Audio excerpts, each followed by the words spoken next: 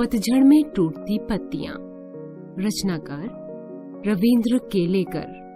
बच्चों, पतझड़ में टूटी पत्तियां नामक इस पाठ के लेखक रविंद्र केलेकर हैं।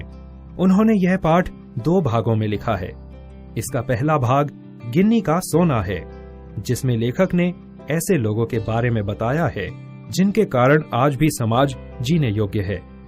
इसका दूसरा प्रसंग झेन की देन है, जिसमें ऐसी बौद्ध पद्धति का वर्णन किया गया है जिसके कारण आज भी जापानी लोग व्यस्तता भरे जीवन में कुछ चैन के पल पा जाते हैं। गिन्नी का सोना। शुद्ध सोना अलग है और गिन्नी का सोना अलग। गिन्नी के सोने में थोड़ा सा तांबा मिलाया हुआ होता है, इसीलिए वह ज्यादा चमकता है और शुद्ध सोने से मजबूत भी होता है। औरतें अक्सर इसी सोने के गहने बनवा लेती हैं। फिर भी होता है तो वह है गिन्नी का ही सोना। शुद्ध आदर्श भी शुद्ध सोने के जैसे ही होते हैं।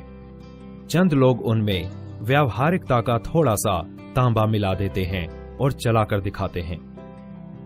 तब हम लोग उन्हें प्रैक्टिकल आइडियलिस्ट कहकर उनका बखान करते हैं। पर बात ना भूलें कि बखान आदर्शों का नहीं होता, बल्कि व्यावहारिकता का होता है। और जब व्यावहारिकता का बखान होने लगता है, तब प्रैक्टिकल आइडियलिस्टों के जीवन से आदर्श धीरे धीरे पीछे हटने लगते हैं और उनकी व्यावहारिक सूझबूझ ही आगे आने लगती है। सोना पीछे रहकर तांबा ही आगे आता है। चंद लोग कहते हैं गांधी जी प्रैक्टिकल आइडियलिस्ट थे, व्यावहारिकता को पहचानते थे, उसकी कीमत जानते थे, इसीलिए वे अपने विलक्षण आदर्श चला सके, वरना हवा में ही उड़ते रहते, देश उनके पीछे न जाता। हाँ, पर गांधी जी कभी आदर्शों को व्यावहारिकता के स्तर पर उतरने नहीं देते थे, बल्कि व्यावहारिकता को आदर्शों के स्तर पर चढ़ाते थे। वे सोने में तांबा नहीं, बल्कि तांबे में सोना मिलाकर उसकी कीमत बढ़ाते थे। इसलिए सोना ही हमेशा आगे आता रहता था। व्यवहारवादी लोग हमेशा सजग रहते हैं, लाभ हानि का हिसाब लगाकर ही कदम उठाते हैं। वे जीवन में सफल होते हैं, अन्यों से आगे भी जाते हैं, पर क्या वे ऊपर चढ़ते हैं? खुद ऊपर चढ़ें और अपने साथ दूसरों को भी ऊपर ले चलें, यही महत्व की बात है। यह काम तो हमेशा आदर्शवादी लोगों ने ही किया है।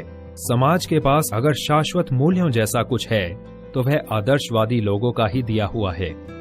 व्यवहारवादी लोगों ने तो समाज को गिराया ही है। झेन की देन। जापान में मैंने अपने एक मित्र से पूछा, यहाँ के लोगों को कौन सी बीमारियां अधिक होती हैं? मानसिक, उन्होंने जवाब दिया। यहाँ के 80% लोग मनोरुग्ण हैं। इसकी क्या वजह है? कहने लगे, हमारे जीवन की रफ्तार बढ़ गई है। यहाँ कोई चलता नहीं बल्कि दौड़ता है, कोई बोलता नहीं बकता है। हम जब अकेले पड़ते हैं तब अपने आप से लगातार बड़बड़ाते रहते हैं। अमेरिका से हम प्रतिस्पर्धा करने लगे। 1 महीने में पूरा होने वाला काम 1 दिन में ही पूरा करने की कोशिश करने लगे। वैसे भी दिमाग की रफ्तार हमेशा तेज ही रहती है। उसे स्पीड का इंजन लगाने पर वह 1000 गुना अधिक रफ्तार से दौड़ने लगता है।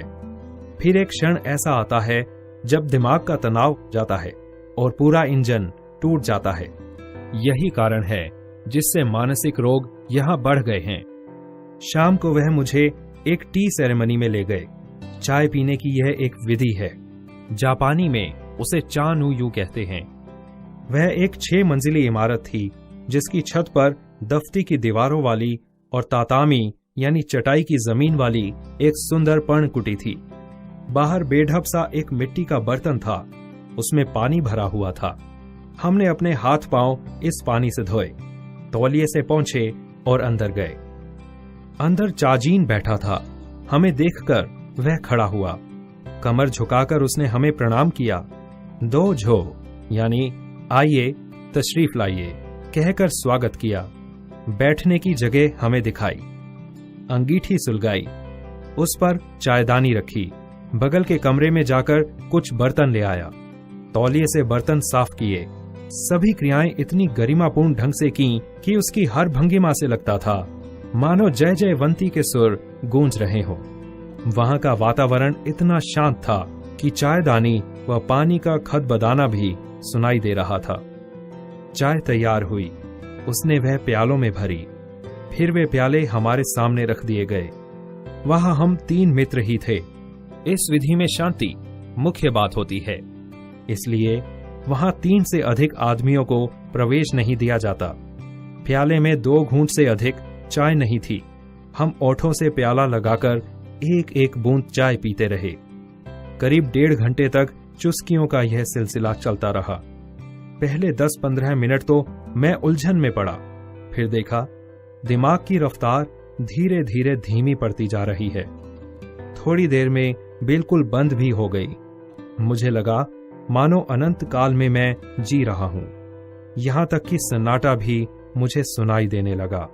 अक्सर हम या तो गुजरे हुए दिनों की खट्टी मीठी यादों में उलझे रहते हैं या भविष्य के रंगीन सपने देखते रहते हैं।